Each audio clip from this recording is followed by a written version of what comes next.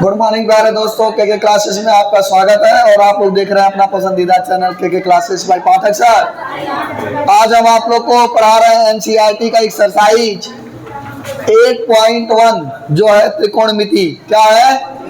त्रिकोणमिति, जिसका दूसरा क्वेश्चन है आकृति में, मतलब ये आकृति का मतलब इस चित्र जो देख रहे हैं, इस चित्र में tan p minus cot r का मान ज्ञात कीजिए।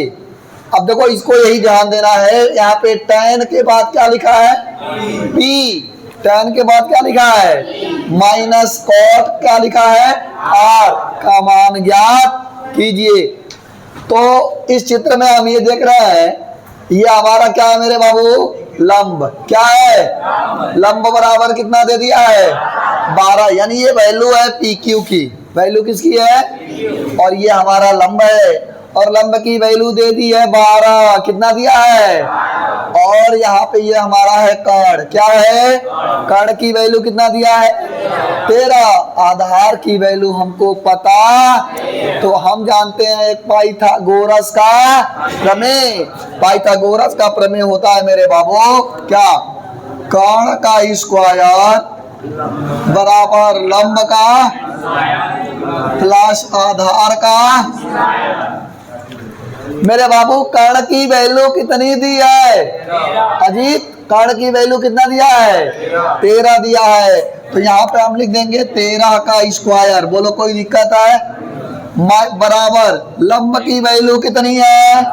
12 का स्क्वायर प्लस आधार की वैल्यू मुझे पता नहीं है। आधार की वैल्यू मुझे पता नहीं है। 13 का स्क्वायर का मतलब 13 गुणे 13 कितनी बार? 2 बार।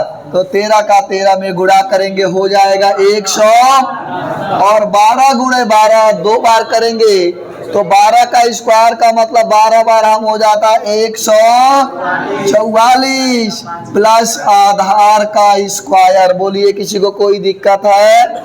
समझ में आ रहा है? अब बताओ मेरे बाबू 169 ही रहने दिया, 144 प्लस इधर आएगा क्या होगा? माइनस 144 हो जाएगा बराबर आधार का स्क्वायर। बोलिए यहाँ तक पहले किसी को कोई दिक्कत है? अब देखो इधर 169 में से जब 144 घट जाएगा तो कितना आएगा मेरे भाई? 25 बराबर आधार का। अब ये स्क्वायर हटेगा तो 25 किस में चला जाएगा? किस में चला जाएगा? करड़ी में जाएगा। करड़ी में 25 बराबर आधार।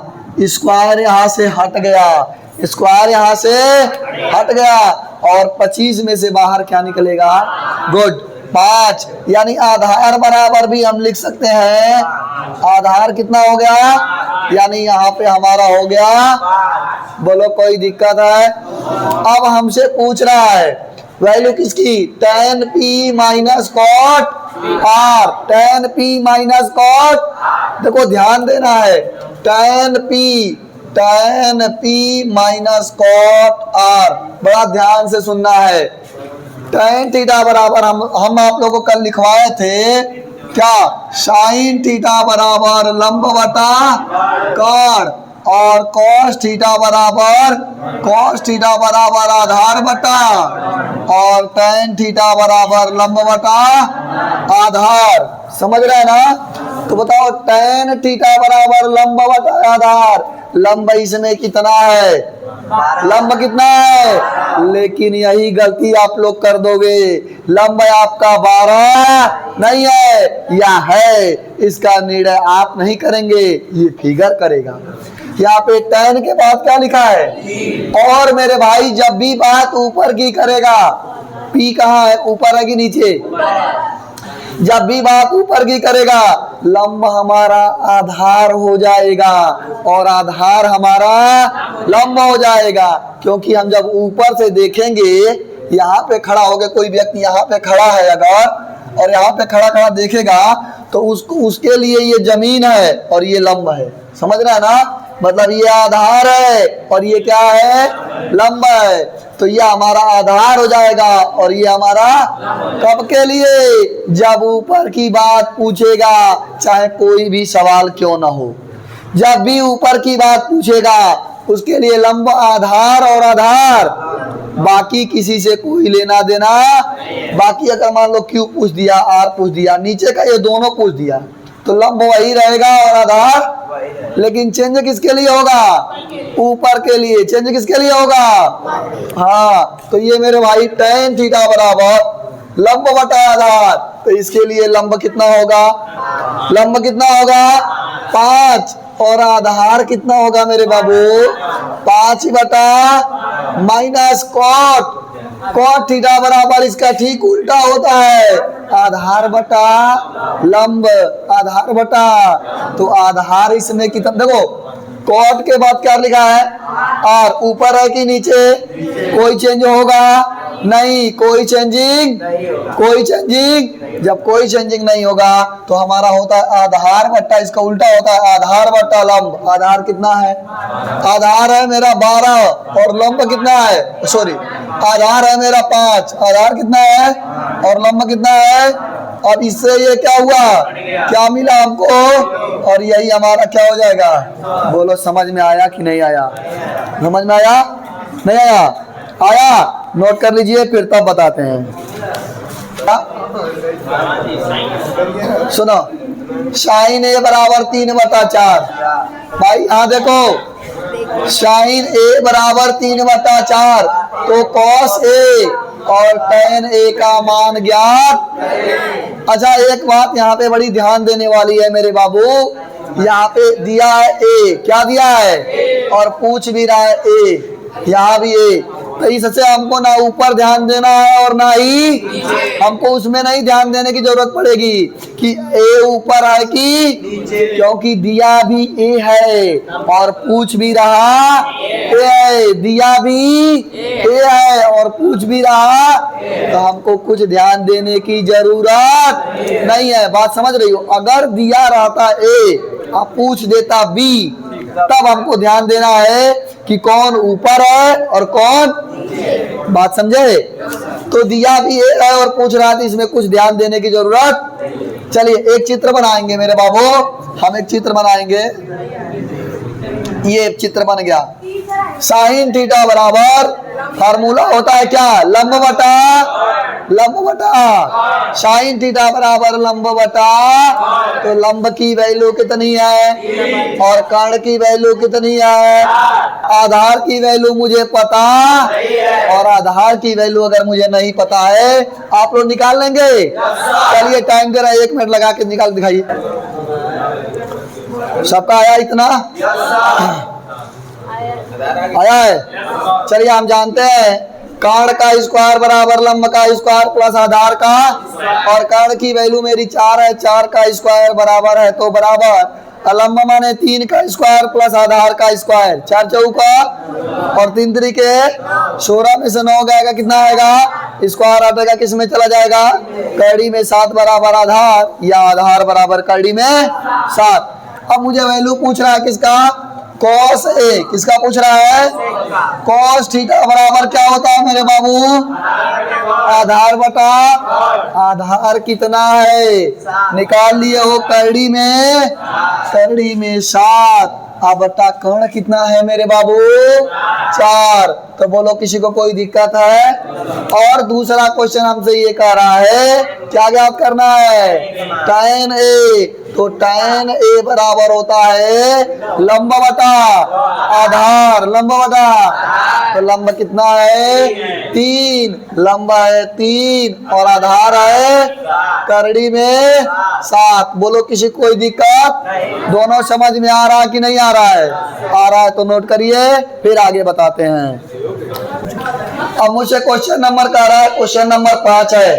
क्वेश्चन नंबर 5 क्या है, सेक थीटा क्या है बराबर 13 बटा, सेक थीटा बराबर 13 बटा, तो अन्य त्रिकोणमिति अनुपात ज्ञात करें।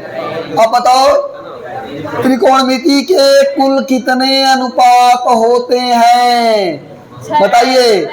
त्रिकोणमिति के अनुपात होते हैं 6। कितने होते हैं? अब 6 कौन कौन होता है? पहला कौन होता है मेरे बाबू? साइन, कॉस, टैन, कोसेक, सेक, कॉट। कितने अनुपात होते हैं? त्रिकोणमिति के अनुपात होते हैं 6। बोलो कोई दिक्कत है? नहीं। हम देख लिए सेक थीटा बराबर कॉस का उल्टा सेक होता है। अगर कॉस बराबर आधार बटा कर्ण है तो सेक बराबर हो जाएगा कर्ण बटा। तो कर्ण की वैल्यू कितनी है और आधार की वैल्यू? लंब की वैल्यू मुझे पता, और लंब अगर नहीं पता है मेरे बाबू तो हम लंब निकाल सकते हैं, क्योंकि पाइथागोरस का प्रमेय कहता है। क्या कहता है जी? पाइथागोरस गोरस का प्रमेय क्या कहता है? बताइए। कर्ण का स्क्वायर बराबर, बोलिए, लंब का स्क्वायर प्लस आधार का। तो कर्ण का स्क्वायर, कर्ण का बराबर लंब का स्क्वायर प्लस आधार का। चलिए बोलो कोई दिक्कत है? लंब का मान कितना आ गया?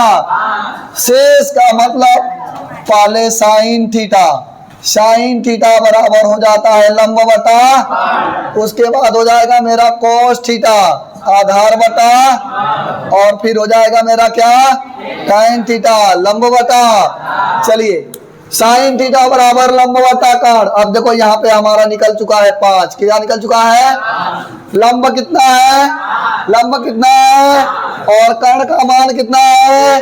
तो 5 बटा अगर हम 13 लिखे तो कोई दिक्कत? कॉस थीटा आधार बटा, आधार कितना है? आधार कितना है? 12 लिख दिया, और कर्ण कितना है? 12 बटा 13 लिखा, कोई दिक्कत है? टैन थीटा लंब बटा आधार, लंब बटा लंब की वैल्यू कितनी है? 5, और आधार की वैल्यू 12। 5 बटा 12 लिखा, कोई दिक्कत है? कितने ज्ञात हो गए? 1 2, और साइन का है, साइन का ठीक उल्टा हो जाता है कोसेक थीटा। क्या हो जाता है? कर्ण बटा। तो ये 5 बटा 13 है, तो 13 बटा गुड 13 बटा 5। ठीक है बाबू। और कोसेक के बाद सेक में ज्ञात उसे दिया ही है, अब कॉट हो जाएगा। कॉट टैन का उल्टा होता है, ये लंब बटा आधार है, तो वो आधार बटा लंब, तो ये हो जाएगा 12 बटा। बोलो कोई दिक्कत है? शेष त्रिकोणमिति अनुपात हम लोग याद कर लिए, एक हमको दिया था, समझ में आया? चलिए नोट करिए। साथ कहता है कॉट थीटा बराबर 7 बटा 8 को 1 plus sine theta 1 minus sine theta upon 1 plus cos theta और 1 माइनस कॉस थीटा का मान ज्ञात कीजिए। चलो एक चित्र बनाएंगे। कॉट थीटा बराबर होता है मेरे भाई, कॉट थीटा बराबर क्या होता है? आधार बटा लंब। आधार का मान कितना हो गया? आधार का मान कितना हो गया? 7, और लंब का मान कितना हो गया? 8। मैं ऊपर ही सॉल्व कर दे रहा हूं। ये बताओ a plus b, a minus b, ध्यान दीजिएगा, a प्लस बी इसको मान लेते हैं a, इसको मान लेते हैं a plus a minus a square minus a square minus a square माने किसका स्क्वायर? a स्क्वायर माने किसका स्क्वायर? एक का स्क्वायर तो एक ही होगा, माइनस साइन स्क्वायर थीटा अगर लिख दिया तो कोई दिक्कत है? कोई समस्या है? नहीं है। अपान है तो अपान a plus b a minus b क्या होगा? a square minus a square minus, यानी एक यहाँ लिख देंगे माइनस बी स्क्वायर का मतलब cos square theta, cos square, और मेरे बाबू 1 माइनस साइन स्क्वायर थीटा। कल आप लोग को फार्मूला लिखवाए थे, आज भी यहाँ लिख दिए हैं। साइन स्क्वायर थीटा बराबर 1 माइनस कॉस स्क्वायर, ये फार्मूला लिखवाए थे। Sine square theta plus cos square theta बराबर 1, और कॉस स्क्वायर थीटा बराबर 1 माइनस साइन स्क्वायर, यानी ये बराबर है इसके, ये बराबर है, ये बराबर है ये सब आपस में क्या है, ये जो बराबर है वो एक दूसरे के बराबर है। यहाँ क्या लिखा है 1 माइनस साइन स्क्वायर, और यहाँ भी क्या लिखा है मेरे बाबू 1 माइनस साइन स्क्वायर बराबर क्या है कॉस स्क्वायर। तो यहाँ पे मैंने लिख दिया कॉस स्क्वायर थीटा, कोई दिक्कत है नहीं। और यहाँ पे क्या लिखा है 1 माइनस कॉस स्क्वायर, यहाँ भी लिखा है 1 माइनस कॉस स्क्वायर बराबर क्या है साइन स्क्वायर थीटा। और एक फार्मूला मैं लिखवाया था आप लोग को, tan थीटा बराबर sine theta upon cos theta, लिखवाया था हाँ। tan थीटा बराबर साइन थीटा अपान, तो साइन थीटा बटा कॉस थीटा अगर कहीं रहे तो वहाँ tan थीटा नहीं लिख लेंगे। तो यानी यहाँ पे कॉस थीटा अगर ये तो tan का है, कॉट अगर कहेगा कॉट थीटा तो नीचे का ऊपर और ऊपर का, यानी कॉट थीटा बराबर cos theta upon sine theta.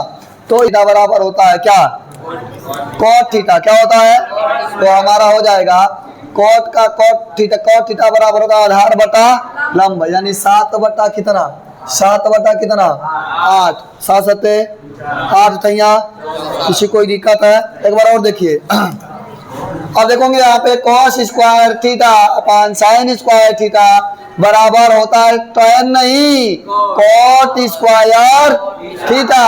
और कॉट स्क्वायर थीटा यानी कॉट थीटा बराबर हम जानते हैं आधार बटा लंब।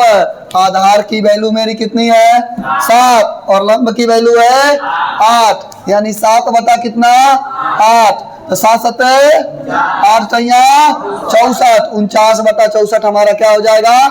बोलो कोई दिक्कत है नहीं। आज इसी पर क्लास आप लोग का समाप्त करते हैं, मिलेंगे कल के क्लास में।